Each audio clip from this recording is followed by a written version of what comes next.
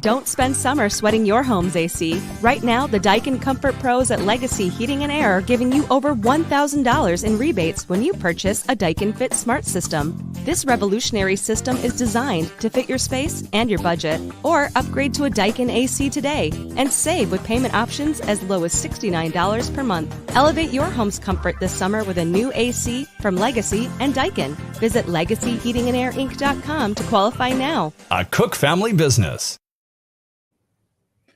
Welcome to Football Never Sleeps, sponsored by Legacy Heating and Air, Inc., which we love. It's what's blowing air conditioning into my house right now through my Daikin air conditioner. And that's Tyler James. I'm Eric Hansen. We're here to talk about Notre Dame football with our weekly show. We've settled into our Monday night time slot at 7 o'clock Eastern time. Lots to talk about. Monday is Marcus Freeman's press conference day, so lots of news. We'll look ahead to the NC State game this Saturday in Raleigh, North Carolina. Break down a little bit of the takeaways from the 56-3 waxing of FCS school Tennessee State Saturday at Notre Dame Stadium. And, of course, we'll work your questions into the conversation. So jump into the comments section, ask a question, and I'm going to let Tyler take it from here and tell you how to do that and all the other little things like hitting the notification bell, which I'll forget. Well, first, I have a quiz for both you and the audience. I don't know if you noticed it, and if you didn't, and if you did, maybe let's see if the audience can figure it out. Did you recognize anyone from the ad that played from Legacy Heating and Air? I did not. Okay. Yeah. I think you should know this. Notre Dame football fans should know this, and you might have to be a very dedicated Notre Dame football fan.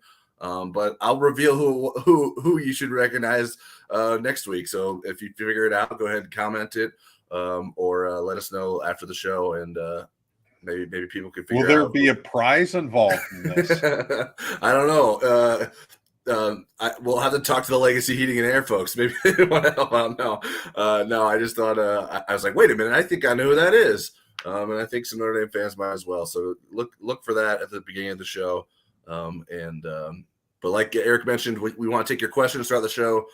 So if you're new to the whole YouTube process, if you make sure you were clicked through on either to the YouTube app or to the YouTube website. If you're on a desktop of some sort, you should have a comment box, a chat box to the right-hand side. If you're on a mobile app, you should see the box with the comments below, and you'll see comments from Frank Sarah, Jay Grizz, and Bob Alvey. Thank you for you guys for sending comments in already. Like Eric said, subscribe, hit your notification bell so you can get all that stuff. Hit the like on the video. All those things help us out as we continue to expand our audience, and we appreciate everyone who shows up live for the show, but we also appreciate everyone that watches it afterwards as well, because that goes a long way for us too. And we certainly have plenty to discuss here with Notre Dame coming off 2 victories to start the season and getting its first real challenge potentially this Saturday at NC State.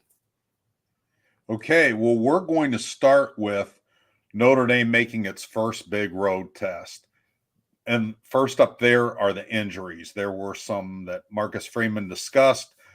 I know that injuries is kind of my realm, but I'll let you, Tyler, talk about the ones that we heard about today.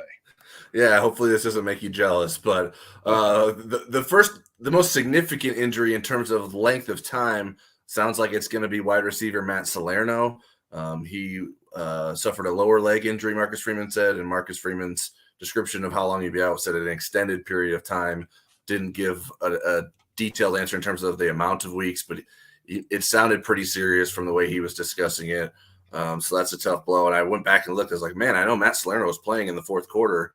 I wonder when this may have happened. And it looked like it could have happened on the final punt return, which happened with less than 2 minutes remaining in the game. So that's a really tough blow for a veteran like that, to have suffered an injury that late in the game in a moment that didn't exactly have a lot of stakes, but he was out there returning punts, which is something that Notre Dame trusts him to do. And it looks like he may have suffered an injury doing that. He is someone who I think has a somewhat important role. I mean, he's not one of the top receivers on the team. He's so far in the first 2 games, he was 7th in offensive snaps at the wide receiver positions. but he has so much experience that I think that was valuable to the group. He had 19 offensive snaps in those 2 games, 1 catch for 9 yards, and then returned 2 punts late in the game against Tennessee State. So what does that mean without him? I'm curious to see what happens with Braylon James. Does Braylon James maybe not redshirt now? If they need to make sure that wide receiver rotation goes 7 deep, can they go the rest of the season with just 6 wide receivers? Because that's what they would be at without Matt Salerno if he does miss that much time. So I think those are questions that we'll be certainly monitoring as we move forward here, following the news of Matt Salerno's injury. The other news items were Devin Ford, the running back, who was also Notre Dame's kick returner. Certainly everyone saw him take a helmet-to-helmet hit in which he fumbled as well on the kickoff return. That put him in concussion protocol, and he remains there as of Monday. His availability for Saturday will be determined later in the week. I would say it's in doubt. So we'll see if they can get him back. Notre Dame did update his depth chart at kick returner with Jadarian Price, as the lead kick returner in Devin Ford's absence, which we didn't get to find out because Tennessee State actually didn't kick again after that kickoff. The couple other news injury items, Drake Bowen missed Saturday's game. He was also in concussion protocol. I did find that out, though Marcus Freeman didn't necessarily explain that in the press conference, what kept him out. But he is expected to play this week and be available. And then the last one was just a little bit of more details on Gabe Rubio, who Marcus said last week would be out a couple weeks. Did add that he did have arthroscopic surgery, which is something I thought sounded like maybe a possibility. So I think a couple of weeks might be more like a few weeks and leaning towards several potentially. So I'm curious to see what that recovery looks like for Gabriel Rubio. Can he get back by the Ohio State game? That might be a short timetable, but they'll figure out where he's at in his recovery and try to get him back as soon as they can, as safely as they can. Right. And not brought up today, but implied as Eli Reardon is still on the way back. We don't expect to see him for a couple weeks. Right. And then a guy we didn't ask about today and who didn't play among the cast of thousands that got in the game was Ben Minnick, the freshman. He had a knee injury in camp. He didn't work his way in, so we're going to assume that he's still working his way back from that with not appearing in the game. Right. So we hit all the injuries. So now we're going to move on to Sam Hartman's history with NC State. So NC State and Wake Forest, where Sam played his first 5 years, are in the same division, the Atlantic division of the ACC. So they play each other every year. Now, Sam didn't play against them every year. There was at least 1 year that he missed that matchup because he was redshirting his sophomore year. But NC State has given him issues, whether Wake ended up winning the game or losing as they did last year, 30-21. And a lot of that is because Wake Forest hasn't had a very good rushing attack while Sam has been the quarterback, especially his later years. And so last year in the game, NC State won 30-21, and Sam threw for almost 400 yards. But he threw 3 picks, got sacked 4 times, and they lost 30-21. And so, Tyler, do we expect that Notre Dame's balance will be able to make this a little bit different of a script when Sam Hartman faces NC State this time in Raleigh? Yeah, I do think so. I don't think the offense will be as heavily dependent on Sam Hartman as Wake Forest offense was last year. I'm actually going to do some gross self-promotion here. Back early this year, after Sam Hartman transferred to Notre Dame, I did a story on what led to sort of the turnover issues that he had this season. And so I'm linking that in the comment section right now.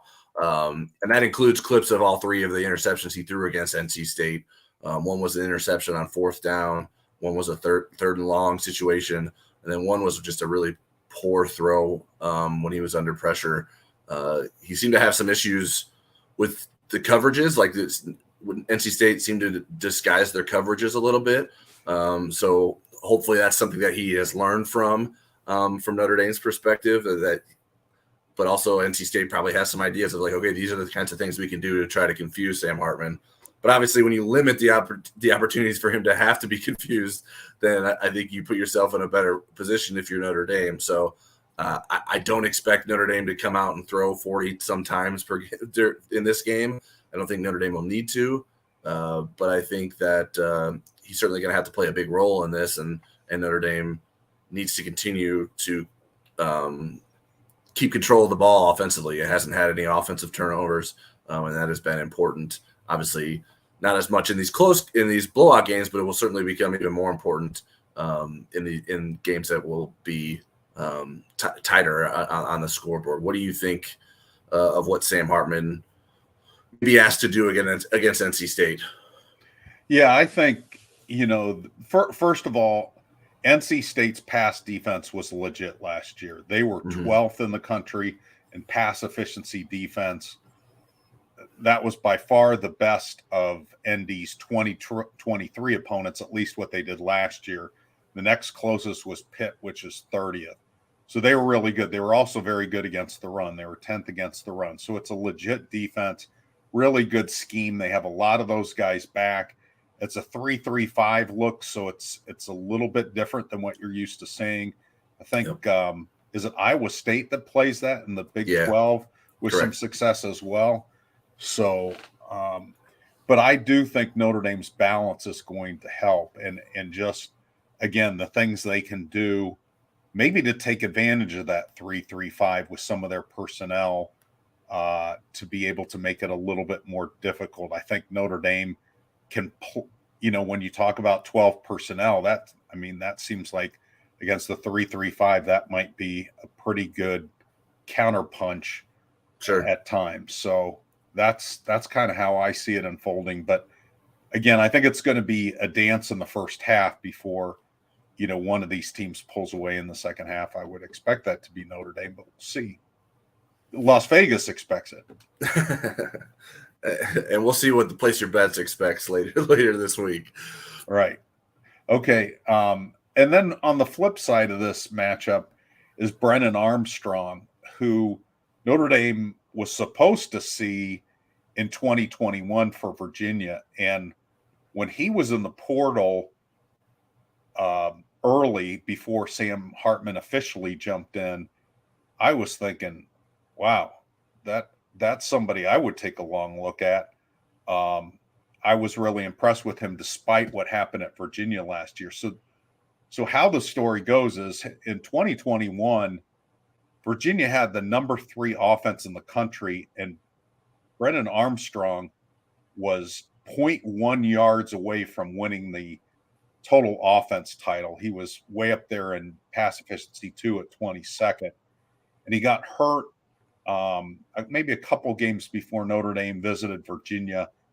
And I think if it had been an ACC game, they might have pushed him back a little bit earlier. But since it was a non-conference game and they were in the running for their division title and to get into the championship, they held him out another game, and Notre Dame just trucked their backup. They sacked him 7 times, held them to 278 total yards. But Robert Anae was the offensive coordinator there with Brennan Armstrong, and to show you how much coaching can make a difference. When the new Virginia regime came in, Robert Anae wasn't retained. He went to Syracuse, and Virginia dropped from 3rd to 102nd in total offense, and Brennan Armstrong's numbers suffered too. Well, those two are back together again, so I think that's going to be a challenge, even though they didn't light up the scoreboard against UConn. I thought, especially in the run game, Brennan Armstrong was pretty impressive. I watched as much of that game as I could with the announcer, the play-by-play announcer's voice kind of cracking through the game, which was very difficult to. So anyways, I'll throw it to Tyler. What did you think beyond the announcing of what we saw in the NC State opener in that matchup with Brennan Armstrong? Yeah, I didn't think he looked terribly sharp throwing the football, and maybe that's just some first game issues coming back from last season in a new spot, dealing with some injuries. So maybe this is just rust related, and maybe there's some timing things that they can clean up going into this next week. Playing a home game against Notre Dame, you think that if you're ever going to have a time to be sharp, that would be a time to do it. You're going to have your full attention on that game. So I think obviously the key to sort of limiting him is preventing him from making plays with his legs, and whether it's running the ball or just extending plays to make throws downfield. That's something that Notre Dame is going to have to be very cognizant of, and Marcus Freeman spoke about that at length. I think one of the phrases he used several times was, we can't get behind the quarterback. Like, we don't want to over pursue him. We don't want to go where we think he's going to go. We got to get to stay in our lanes, don't over pursue, and make sure that you're maintaining that sort of rush lane integrity. So I think that those will be important things to do in order to try to stop Brennan Armstrong from maximizing the talent that we all know that he has. And I'm sure Robert and I is probably just like, can I just get a healthy quarterback to play against Notre Dame for once? Because last year at Syracuse, Garrett Schrader was injured in the game, and Garrett Schrader was having a pretty good season, and didn't get to see him for the full length of the Notre Dame game. So hopefully for Robert and I's sake, he doesn't have to deal with another injured quarterback against Notre Dame for the third time in a row. Right. NC State was picked 4th in the preseason ACC poll. But I'm really looking forward to this. I'm looking forward to not being in a hurricane as the 2016 game was, if we all remember that, and so forth. So it should be a pretty good matchup. But again, Armstrong, 19 carries, 96 yards, a couple rushing touchdowns in that game. The one thing that didn't impress me about NC State's offense was they didn't have any explosive plays. No, not one play over 20 yards or 20 yards or more. So, but yeah, that's kind of the net matchup in a nutshell. NC State wasn't a good offense without Brennan Armstrong or Robert and I last year, and I think they're very happy that they have a better chance to be good this year. They've lost some quarterbacks themselves to the portal. Devin Leary went to Kentucky. TJ Finley's moved around a little bit. I think he's at Texas State now, and they upset Baylor. So, yeah, you need a quarterback tracker to follow all these guys. So before we move on, do we need to jump into some questions? Or yeah, let's do that. We got a number of questions here. First off, from Jeffrey Stevens, is Eric still gloating over his prop bets after week number 2? Boy, I didn't check them out. I just off the top of my head, I don't think I did particularly well. So I'll just gloat about the week 1 picks until I'm exposed later this week. Yeah, I haven't gone back and graded them yet, so I don't know how well you did or didn't do. I think I did pretty well based off my memory. I think I went over on the turnovers, and I got the 2 turnovers, so that was a big one for me. The late Clarence Lewis interception, but we'll discuss more of the prop bets later in the week on Place Your Bets, which airs on YouTube on Fridays, and certainly is discussed on the Insider Lounge throughout the week as folks submit their predictions for the game as well. All right, let's go to Bob Alvey. When substituting running backs, does Dylan McCullough know all, some, or none of the personnel grouping, formation, play call, or is it based on how they want to attack on each play/series? I would imagine he knows certainly early in the game what's been scripted, and I think he's got an idea of when he wants to put people in. I'm not sure that he knows the exact play call, but he knows the down and distance. For example, we've been seeing Jabron Payne a lot on 3rd down.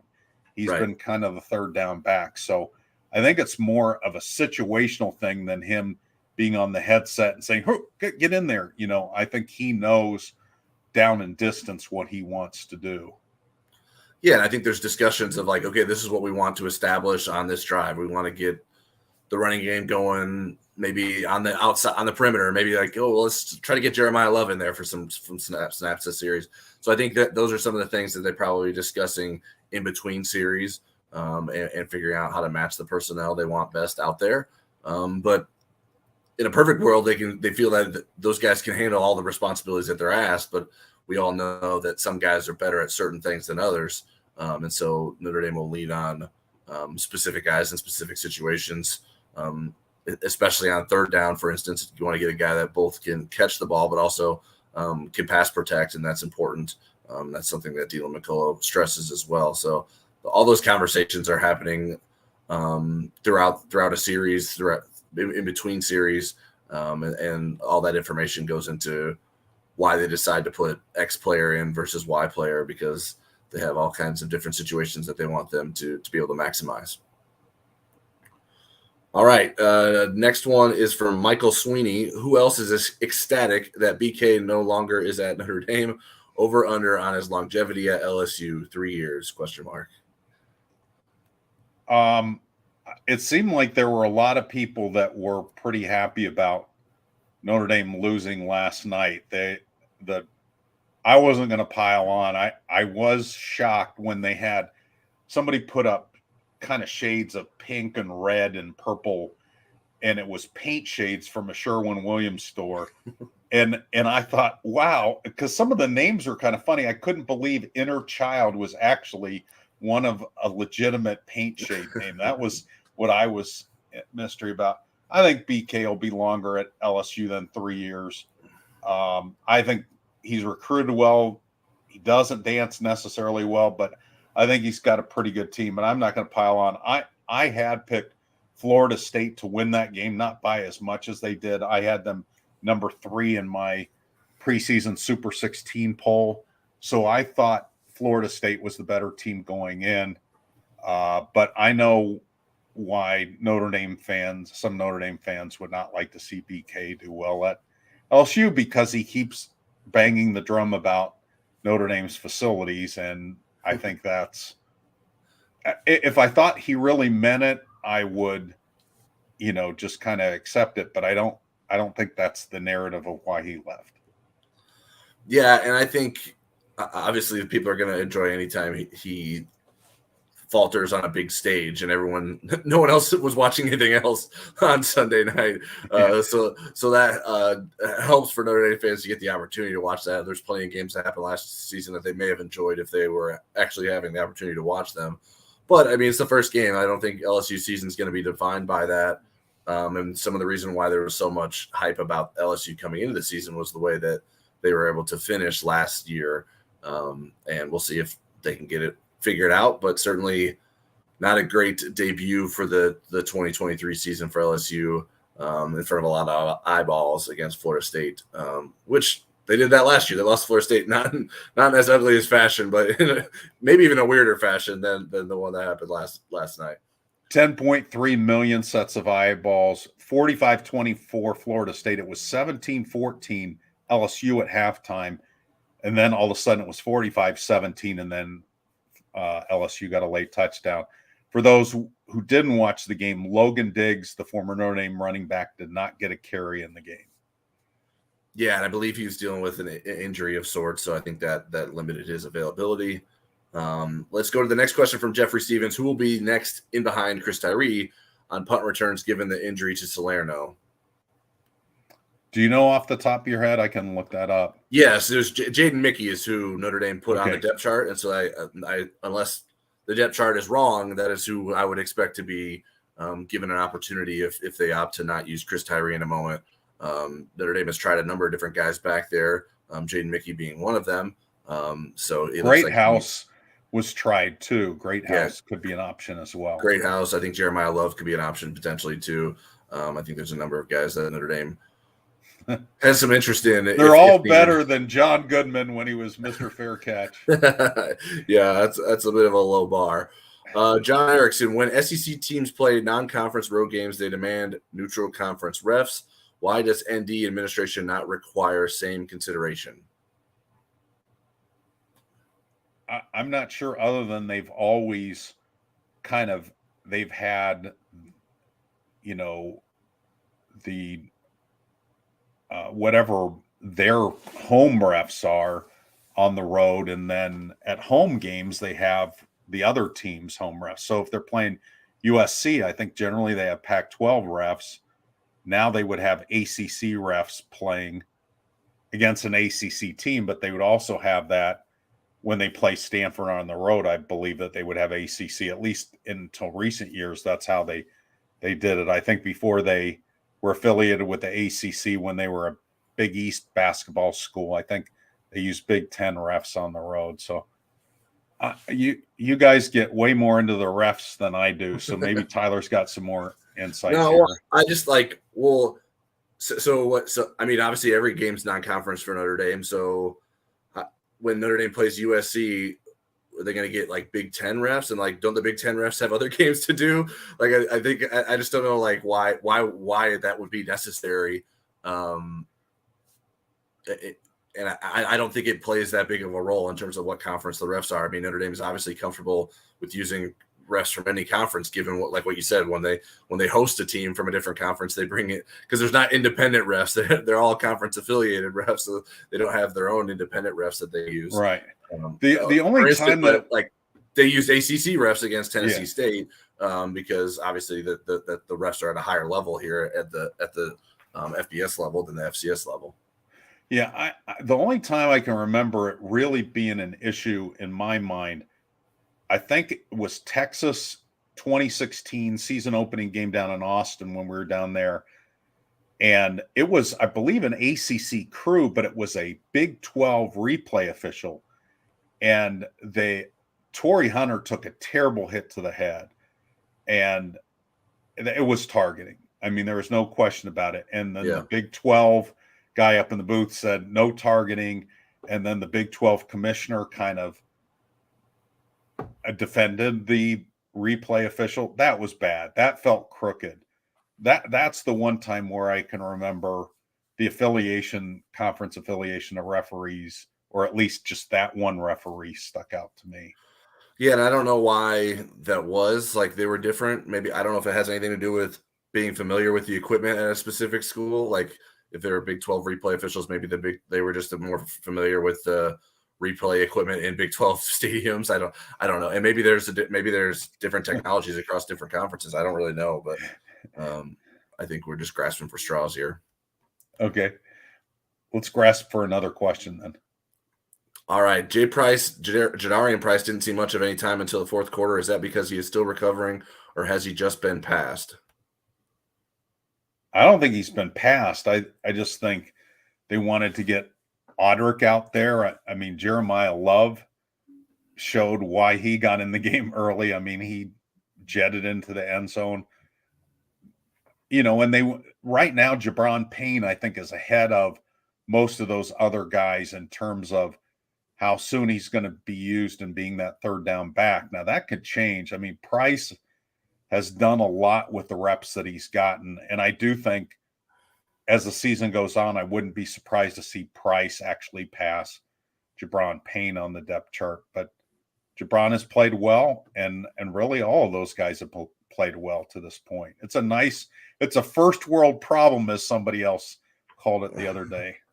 Yeah, I don't think you don't want to overload Jadarian Price. I think you want to make sure that he continues to feel well. But if you're going to put him in at the end of a game of a meaningless game, you obviously feel like he can handle that, because otherwise you just wouldn't play him at all. So I don't know that they're afraid to play him early. They certainly played him early against Navy. I think it's just the way the situation's played out that he ended up being back there, and certainly took advantage of some opportunities in the second half.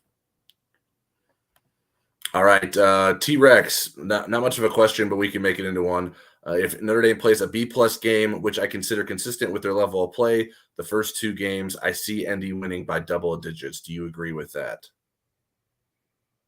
A B-plus game,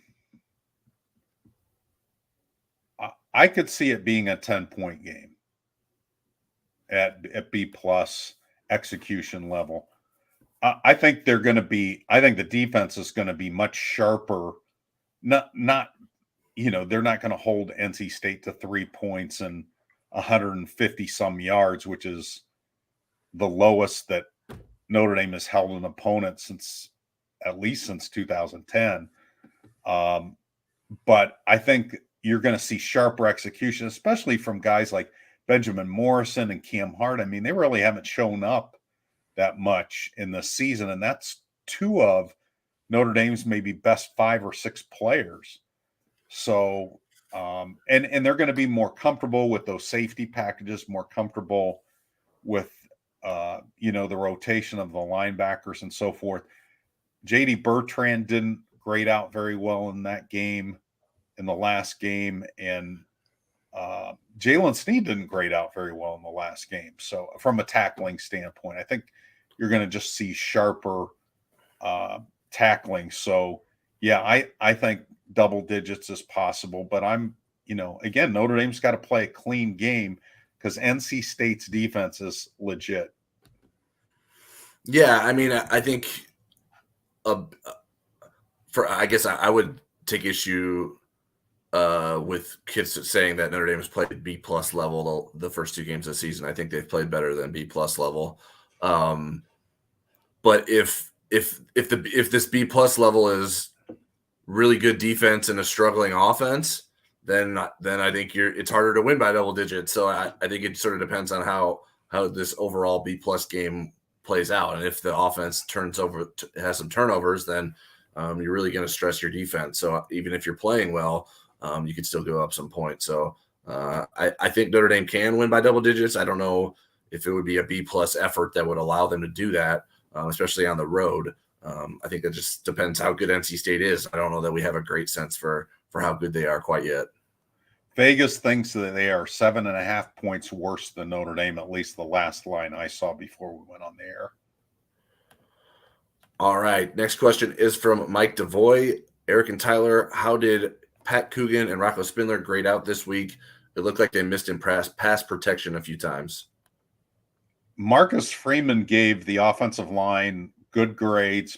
Pro Football Focus did not give the offensive line super good grades. It was not as good as last week. How would Tyler James, without having done his film review yet, from the naked eye, grade those guys out? Yeah, I mean, I thought they were fine. I didn't think that they played particularly superb or anything. It wasn't like that they had a huge role in the win. I mean, if you look at the Jeremiah Love touchdown run, both Pat Coogan and Rocco Spindler pulled on that play. Rocco sort of misses his guy. He doesn't really do a great job of blocking off his guy, but Jeremiah Love's so fast that he got through the hole, and it didn't really matter. So I think there's plenty of things that those guys can continue to sharpen within their game, and certainly I'm curious to see what it looks like against a Power 5 opponent in NC State this coming week. All right, the questions just keep coming, Eric, so I'm going to keep firing them our way. Lee Marie asked, isn't it time to move away from the fans' ideas that Tobias Merriweather is a superstar? He wasn't a superstar in the first 2 games. Can he be a superstar? Yeah, he can. He's got incredible physical skills, and I think, continues to grow into that role. I mean, here's the thing that I look for if I think somebody's not moving toward their potential. If they're struggling, are they struggling in all areas? And he's blocked incredibly well. He's had a good run blocking grade in both weeks he's played. He's played a lot of reps. He had 2 very short passes that he caught, but he did catch them. I still think it's kind of like Benjamin Morrison last year. If you remember the first 5 games or so, you just kind of went, okay, that kid might turn out to be pretty good at some point. And then all of a sudden, boom, it happened. And I think that's what's going to happen with Tobias. He's going to gain confidence. He's still working hard. He's not hanging his head. Otherwise, his reps would be cut. He wouldn't be run blocking well. So I think it's not time for fans to move away from that idea. Yeah, I mean, the idea is that he has the potential to be one. The idea that he is one already would certainly be flawed. He had 1 career catch coming into the season. Now he has 3 career catches. Now, certainly it was a spectacular 1 catch as a freshman. But, yeah, I agree with you. I think it's way too early in the season to write someone off. He's doing the things that are asked of him in terms of the non-receiving things. How many opportunities has he realistically had? And he failed at. Certainly the first game wasn't good. I think he had a poor game against Navy as a receiver. I didn't see obvious missed opportunities for Tobias Merriweather in the Tennessee State game in the same way. So I think you have to be patient with it. The reason that he's getting so much playing time is that he has so much potential. And I don't think you give up on that potential just yet because it's not like you have a long list of proven receivers waiting in the wings behind him. And even if those guys have done some things like a Deion Colsey, it's not like he's been consistent at a high level with productivity. So I think you have to keep running Tobias Merriweather out there and keep giving him opportunities. Yeah, and at the same time, they're not squelching Rico Flores. Rico Flores had 24 snaps in that game as a freshman who's behind Tobias on the depth chart. So they're bringing him along as well. All right. Eric Swope asks, your opinion on Sam Hartman's showmanship, the flip, hiding behind Gino Guidugli for the fans. I was less concerned about the flip than Marcus was, but I think if it was a regular occurrence, yeah, I'd say tone it down. I just think he was excited and in the moment did that. And, hiding behind Gino Guidugli to stay out. I mean, he's a sneaky, funny kind of guy, in the press conference, people or somebody asked him about, what he and Marcus talk about during the second half. And he starts out, well, sometimes we talk about the weather. And then, on the jokes about how they're close in age. Yeah, how they're close in age. And he said, during the 38-second drive right before the half, he said, yeah, the aim was just to throw to tight ends because they hit tight ends, I think 4 or 5 of those plays. But I mean, he's sneaky funny. I think he finds the right balance of being the face of the program, but not being an obnoxious face of the program. I think he's got the right balance. I'm cool with it. Yeah, I mean, the flip, if you're talking about like how he scored, I don't think he was trying to do it in style. I think he was just trying to get in the end zone. He did like a celebration afterwards that he sort of even said that it was probably too much of a me guy thing that he didn't necessarily feel great about. But certainly he's hamming it up at the end and playing to the crowd. And I think it's something that's different for him. Certainly he mentioned like having fans chanting backup quarterbacks' names in the student section isn't something that he dealt with a lot at Wake Forest. So he's sort of living it up and he's encouraging the younger guys. He's being a good teammate and a leader and a friend to those guys, whether it's Steve Angeli or Kenny Minchie. And I think Notre Dame's better for it. I think he's bringing a good attitude to it. And it was because like he's taking it like when it matters most, you can count on Sam Hartman. It's not like he's just goofing off all the time. So I think that's the kind of person you want to have that can be lighthearted. I know certainly Eric and I can appreciate that kind of an attitude. All right. Paven B asks, what are your predictions for win-loss records for the season? I'm staying at 10-2. I didn't know we could change it. I guess, I think, at some point after playing NC State, I think I'll have a better feel for whether I feel good about that 10-2 or whether I over or underestimated this team. You've got to win all the non-Ohio State, USC, and Clemson games. But then you've got to, I have them winning one of those 3. Could they win 2 or more of those? The NC State game is going to be our first clues because, again, you're going against a pretty good defense. They're going to hold up as a pretty good defense. NC State is all year. You're also playing against a really experienced quarterback, more experienced than a lot of the quarterbacks that Notre Dame will see this year. It seems like it's a Phil Jakovic with the 6th-year thing too going on. But so yeah, 10-2 is my prediction, and I feel like I shouldn't change that. Yeah, I was the same. We'll give Paven B a break if they didn't catch our season prediction, Football Never Sleeps, that we did earlier in August. But yeah, I think we still have so much more to learn about Notre Dame, but we also have so much more to learn about their opponents. Like Ohio State didn't look great against IU, but that doesn't mean Ohio State can't be great by the time they come to play at Notre Dame. So there's just if someone is changing their season prediction, they either did a really bad job with their season prediction, or I think they're taking too much liberties with what they've seen so far to change their prediction. All right, John Erickson, another question. How impressed were you with Angeli in his first real test? There wasn't a lot to pick on in that. Marcus Freeman went into a little bit more depth today than he did Saturday after the game. I mean, his pass efficiency rating was actually higher in the game than Sam Hartman's. The touchdown pass that he had to Jadarian Price was really good at how he evaded the rush and then just kind of lofted it to a wide open Jadarian and said, okay, go run 40 yards for the rest of this.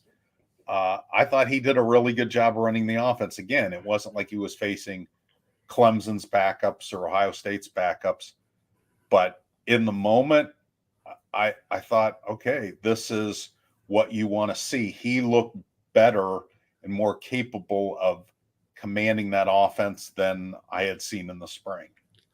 Yeah, I think it was the first real look at what Steve Angeli could be, and if there are signs of hope that he could be the starter next year. I think it's still too soon to say with any sort of certainty that he would be. His stats were certainly inflated by a lot of yards after the catch, both of those touchdown passes. But certainly with the Price one, he had to make that happen. Like that didn't happen just because Jadarian Price was open. It happened because he was able to evade the rush and still have his eyes downfield and know where his outlets are to get the ball to them and let a playmaker like Jadarian Price go to work, who they're roommates, so they should have some chemistry, and that turned out to be true in that instance. So I think it's a good first real showing for him, but still plenty more to learn. I think my biggest question about Angeli is just what can he do in terms of pushing the ball down the field? What is his arm strength like? And how accurate can he be in those instances? And so we didn't see a ton of that, but he had a couple of decent throws that are worth noting and worth building upon. Yeah, one of the things I wrote about in my column on Saturday was how important this is. Again, you don't conclusively know something about Angeli in 2024, but you got another little piece of information that's valuable as to whether he could be the guy or you need to jump in the portal or hope that CJ Carr is ready. And also in terms of if Sam Hartman has a contact fallout or if his helmet falls off or he needs to walk off an injury, this guy could come in and play a series and, do it well enough to keep you from, getting more gray hair. So I thought that was important for him to get. I mean, you think about how little he played last year, and it was 7 or 8 snaps. None of those involved throwing the football. So, right. And even Kenny Minchie, I almost changed his name. Kenny Minchie got in and threw a couple of completions. So that was key. All right, Joshua Williams. I'm getting bad Jordan Johnson vibes with Merriweather. Anybody else? I even had to Google the 5-star receiver that transferred from ND because I couldn't remember his name. Ugh. So Jordan Johnson was a 5-star receiver in the 2020 class. He still does not have a career catch, and I don't think he has a college right now. He went into the transfer portal from UCF after the season, and I don't think he got picked up by anybody. So I'm not even sure that he's playing college football this year. But he has 0 career catches. He did not regenerate at UCF. No, I think you're really – I mean, you got to look back at the history of Notre Dame wide receivers, and there have only been 3 that have had double-digit receptions as freshmen. Now, Tobias is a sophomore, but you look back at Equinemius St. Brown and Miles Boykin and some of these other guys, Chase Claypool, they weren't tearing it up early in their sophomore seasons and eventually became NFL caliber wide receivers. I just think everything that I know about Tobias, his family, who's around him, who's in his ear, and just his maturity, I think it's going to happen for him. And that's the thing. I mean, we can all be Stephen A. Smiths and just say, he's awful. And then he catches 10 passes. He's great. I think you have to look behind the curtain. And that's what I'm seeing. I'm seeing somebody I still think has loads of potential and that no cornerback really wants to see in practice. Yeah. I mean, Like that's what fans are for. That's not what our job is. Like if the fans are allowed to overreact and have those opinions, but like our job is to sort of see through what is going on and try to figure out what is going to happen, and not be overreactionary. I don't get any sort of Jordan Johnson vibes with Tobias Merriweather. He wouldn't be playing as much as he is currently if he were anything like Jordan Johnson, because Jordan Johnson never had those kind of opportunities at Notre Dame or any other school in his college football career. All right, another one. Brendan McCarthy, if your football team muffed 2 punts to lose a primetime nationally televised game, what lengths would you go to, and what traits would a punt a year later in the same game? Oh, he's teeing me up for something. I'm going to let you take this. Brendan, you little minx. Let's get Tyler in trouble. Would you say that the trait would be smart? That's the go-to trait that I like to make fun of, because it doesn't make any sense, and that's the one word you'd want to make sense in your traits. But yeah, I mean, coaches mess up, even highly paid coaches. And I think that plenty of people are enjoying watching some coaches mess up, and I understand that. Brian Polian can't be blamed this year. yeah, you can't blame Brian Polian this time. He's no longer on the LSU coaching staff. So yeah, Brian Kelly's going to have to point some fingers in different directions this time. But isn't Bob Diaco helping on special teams this year? I don't know what Bob Diaco's role is. Okay. I haven't been looking into what Bob Diaco's up to these days. I guess I've been having more important things to do. Outside linebackers coach, and I think he's helping with special teams. So, Jeffrey Wong, just love how Coach Marcus Freeman gets the backups to play meaningful minutes and how crisp and focused the units are. I've been extremely encouraged, and I've been listening and watching ND since Divine. So that's not exactly a question. So we can agree or disagree. I like your observation, Jeffrey. I think this is how Marcus intentionally built the team. You know, we're going to see a tighter rotation. So there were, I think, 51 players that got in on offense and defense in the Navy game, which is a lot. And then it swelled to 75 in the Tennessee State game. And that doesn't count the kicking specialists and people that played only special teams. So yeah, I think intentionally you're going to see a lot of the front seven rotate. You're going to see safeties go deeper than the two, and especially in packages, you'll see the corners go deeper than two. The running backs have gone 5 deep, but I think some of the rotations will tighten a little bit as you get into games like NC State and Ohio State and so forth. But this was the intention, to not only build depth in case of injury, but build depth to bring waves of talent into the game. And I am impressed that there has not been a drop off with the twos. Yeah, well, it's funny to me because it's like people get upset that Notre Dame plays Tennessee State, right? They're like, why are we playing an FCS team? And then you get to see all your backups play. It's like, oh, that was great. I love that Marcus Freeman is doing that. I was like, well, that's what you get for playing Tennessee State. That's what all the other teams in college football do. That is the point of it. You get opportunities to let people get experience, to let them play in situations that are meaningful but aren't as high pressured as playing against another Power 5 team with the same kind of talent. So it's just funny to me. And I'm not saying that Jeffrey is one of the people that was upset that Notre Dame is playing against an FCS team, but these are some of the things that happen. Now, obviously, we think that Notre Dame is building depth regardless of whether they're playing against FCS teams, but you get more opportunities to see that on the playing field when you're playing against opponents that you're vastly superior to.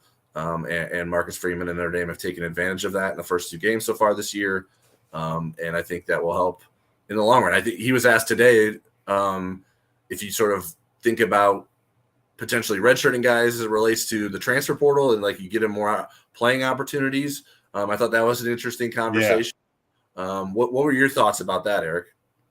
Yeah, I agree. I think that, he didn't say, we're thinking about the portal and trying to not have guys think about the portal.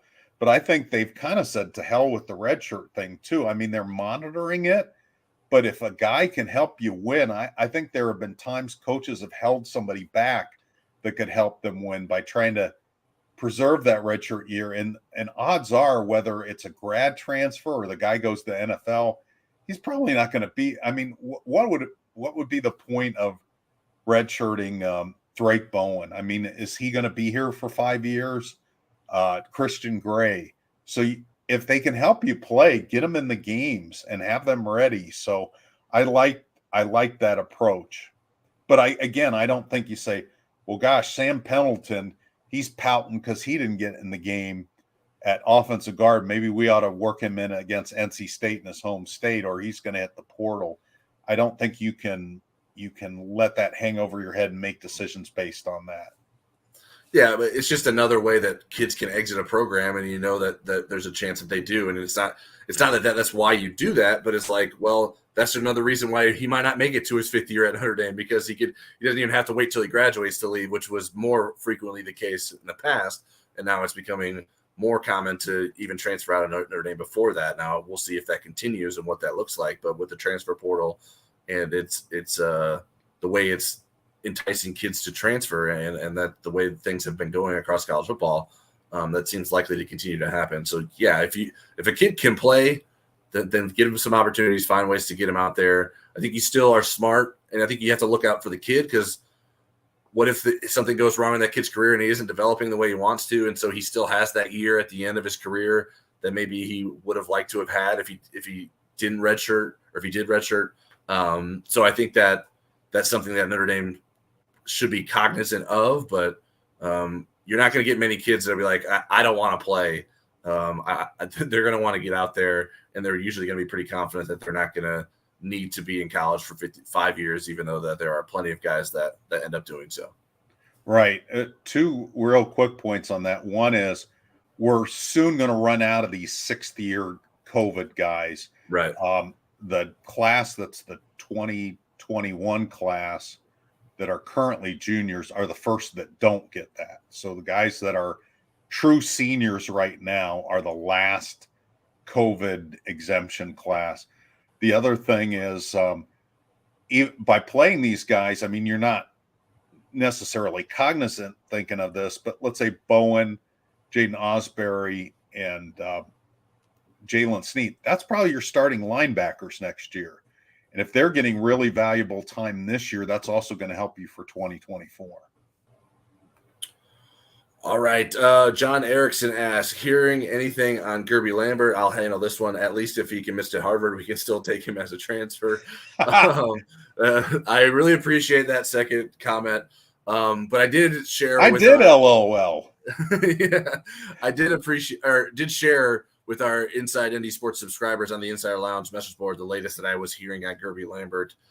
So it pays to be an InsideNDSports.com subscriber. So I would encourage you to do so to get that information, but still in a holding pattern in terms of when he may announce a decision.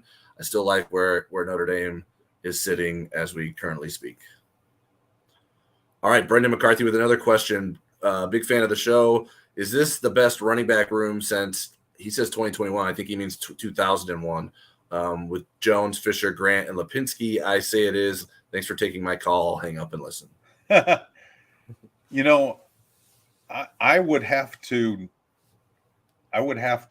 think and kind of research on that. I don't have the loose emoji memory that Louis had, where he could remember things from before he was even born. That 1946 game was in a pouring rain. I was like, how did you know that? But I think at the bottom of that depth chart, this is the best I can remember Notre Dame being at the bottom. I think there have been better running backs than Audric Estime. No slam against Audric at the top of that, but right. When you look at if Jeremiah Love is your 5th string running back, whew, that's incredible. But and props to Dylan McCullough to figure out how to make that whole thing work, because those guys are very supportive of each other. It's a very close room, and they're loving all having a chance to play. Yeah, and I mean, Can you imagine if Dylan Edwards was on this team too? That's exactly where I was going, though my brain was working too slow. There are folks tweeting at me like, man, how big of a loss was Dylan Edwards? Is that the worst loss that we had in that recruiting cycle? Well, I mean, you have to take into account all the running backs on the roster. So I don't think it's that big. I mean, Dylan Edwards is very talented. I don't think we ever didn't believe that. I mean, Rivals had him ranked the highest at number 100 overall. I think the Rivals looked pretty good after his first career game with 4 touchdowns. But yeah, the talent that Notre Dame has in this running back room is immense. And I think that made it harder for guys like Dylan Edwards to turn down an opportunity at Colorado where he can go play right away. Where he wasn't going to be able to get the opportunities here. Yeah, he wouldn't be able to get as many opportunities at Notre Dame. And good for Dylan Edwards for betting on himself, and so far so good for him. I think that in terms of the best running back rooms, I'm the same way. I would need to put a list of all the running back rooms together before I would feel confident to make a statement either way. But this room is pretty good, and there's a lot of potential moving forward for it as well. All right, Frank Serra, he had an early question that we haven't answered yet. Can Notre Dame rush for 145 yards against NC State? I think they can, and I think they better. I think they need to be around in that area to make Sam Hartman's passing game effective. And NC State is difficult to run against. Their defense allowed UConn to march right down the field on the first drive, and then they made adjustments, and then it was pretty much lights out, except kind of a basic running play where the UConn running back kind of broke into the secondary and then was able to outrun everybody for a long touchdown. Other than really those two parts of the game, that was pretty airtight run defense. Yeah, I think Notre Dame should be able to run the football against them. If Victor Rosa can break off a 71-yard touchdown run, I think there's some running backs in Notre Dame's talented running back room that could do some important things for Notre Dame in the running game. So I do think Notre Dame would hit the over in the rushing yards with 145 there, and I think it'll be an important part of the offense. They don't want to. You don't want to have to rely on a quarterback in a hostile environment as your sole weapon if you don't have to. And I think Notre Dame isn't going to have to, and they're going to be able to have a balanced attack and get over that 145 yards rushing mark. All right, that finally ends the onslaught of questions. Thank you for everyone for continuing to submit questions throughout the show. Okay. We have lots that we're going to cover, so maybe I'll kind of give you some lightning rounds. So you just give me a quick answer. All right. How was the adjustment back to playing a conventional offense? How would you kind of rate that process? I thought it looked pretty good. I think because it's Tennessee State, it's hard to say conventional just because the talent wasn't the same. But I do think that it looked pretty good for the most part, other than when Notre Dame had 10 players on the field for one play. How did the interior D-line fare without Gabe Rubio? Yeah, well, Howard Cross certainly elevated his game. He was awarded Defensive Player of the Week from Marcus Freeman. He had a team high 6 tackles. Jason Anya played well too, 5 tackles in addition to his blocked field goal. So I thought the interior defensive line really stood strong, and I think will have an important role this coming week. You asked this question today in the press conference, impressions of the pass rush to Marcus. That's my question to you. Yeah, Notre Dame had 10 quarterback hurries, which are a good thing. I think it's something you need to be careful with against Brennan Armstrong. You don't want to just hurry him because he can get away from you and makes things happen still. So I think there's signs of the pass rush improving. They're getting different guys. The 10 quarterback hurries came from 9 different players. So that's encouraging. 1 sack by Jordan Botelho. So it's definitely more to prove there from the pass rush, but I think we're seeing little glimpses of what could be an impressive unit moving forward. Marcus had, I thought, an interesting take on the 2 lopsided wins and how he evaluates his own team in light of them. Do you like that approach? Yeah, I mean, I think you have to start when you're evaluating your own team. It's like, okay, did we do what we were supposed to do? Whether or not we did it better than the other team, did we do what we were asked to do? Do we make sure we did our assignments well? Were we executing? And I think those are sort of the ways you have to operate regardless of the opponent. And I think what's the phrase that gets thrown, nameless, faceless opponent. That's one of those things where your opponent is yourself. You have to do the things that are asked of you, and then move forward and evaluate from there. Safety Antonio Carter picked up a targeting foul just before halftime, so he won't have to sit out this game. Had it happened in the second half, he would have to sit out the first half of the NC State game. Devin Ford got hit with a helmet-to-helmet contact on the kickoff return. So when you were watching that live, and even maybe if you've reviewed that, did you think they were both targeting calls, that the refs got it right, or that neither was a targeting call? Well, I was dodging tomato cans online because I didn't think it was targeting. The Devin Ford hit was targeting. I didn't think the guy lowered his head intentionally, and I didn't think Devin Ford would be considered a defenseless player in that situation. There are definitely plenty of people who disagree with me. But obviously what's most important is Devin Ford being healthy moving forward. So hopefully he's okay once he gets out of the concussion protocol. And I did think the Carter one was a targeting. I think people would be more accepting of that being a targeting penalty if it wasn't for the fact that they felt the Devin Ford hit should have been called targeting. And so I think that's why people were more upset about the second one, just because it's like, certainly it's just our luck that we're the ones that seem to continue to be called for targeting. But I think if you polled a lot of fan bases across college football, they would feel sort of the same way about how targeting is associated as well. Okay, two more. Was it worth having an FCS/HBCU on the schedule? Yeah, I mean, I think it was sort of as I alluded earlier, the fact that Notre Dame could get its depth on the field and be able to use that opportunity. Coming off of the Dublin game, you sort of lightened the workload for everyone. I think it was a good opportunity. If you're gonna break your rule of not playing against FCS teams, do it against an HBCU that can really benefit from the spotlight, the money that comes from playing in that game.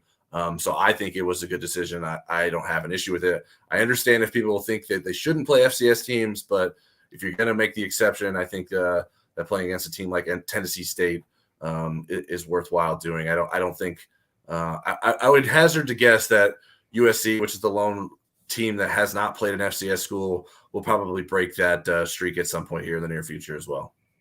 Okay, the last lightning round question. What might Notre Dame have held back schematically or personnel-wise in the first two games that we might see this weekend? They've just been hiding Tobias Merriweather. They didn't want to know they didn't want everyone to know he was good. No, I think there's plenty of creativity in the offense that we haven't seen. And I think not just in these two games, but even in the opportunities that we were allowed to watch Notre Dame's practices. I think there's a lot more that Jared Parker could have up his sleeve in terms of the offense. I'm sure there's more creativity that Al Golden can use too, that he didn't feel like he needed to use against Tennessee State. And then obviously at Navy, you're dealing with a whole different kind of beast. So I think there's plenty within the playbooks on both sides of the ball that Notre Dame can lean on. And in terms of, I don't know that there's a lot of personnel. I mean, the personnel groupings that can be different, but everyone's played. So it's not like they've been holding guys back, and maybe some different guys get more opportunities, but there have been a lot of players on the field. I'm sorry, I saw a question about a magic 8 ball and I started laughing. All right, you want to handle that? Sure. How do replay officials determine targeting if their magic 8 ball breaks? You know what? It's an NCAA rule that you have to have two. Now, if they get to the third, if they break both of the magic 8 balls, then they have to run out and get a Ouija board. That was a great question. That made me laugh. Thank you, John. You brought some laughs to us tonight, and we appreciate. Jeffrey Stevens says Johnny is on fire tonight. I agree. Thank you for everyone for tuning in tonight. As we mentioned at the top of the show, we were presented by Legacy Heating and Air, so thank you to them for sponsoring Football Never Sleeps and for keeping my house cool. It's 85 degrees outside right now. Yeah, we need it. We've needed the air conditioning here in South Bend. It is. We're in September, but summer has not been over with the weather. So maybe that's what Sam Hartman and Marcus Freeman are talking about on the sideline. That'll be it for tonight. Like we mentioned, subscribe to us here on YouTube, like and comment. Make sure you subscribe to us on InsideIndySports.com so you can get inside scoop on recruiting and analysis. I will be doing a film analysis for Tuesday. And to get access to that, you will need an InsideNDSports.com subscription. We'll be back on YouTube on Friday with our Place Your Bet segment, and then we will also be back post-game with our post-game takeaways. Thanks for tuning in, and we will see you next time.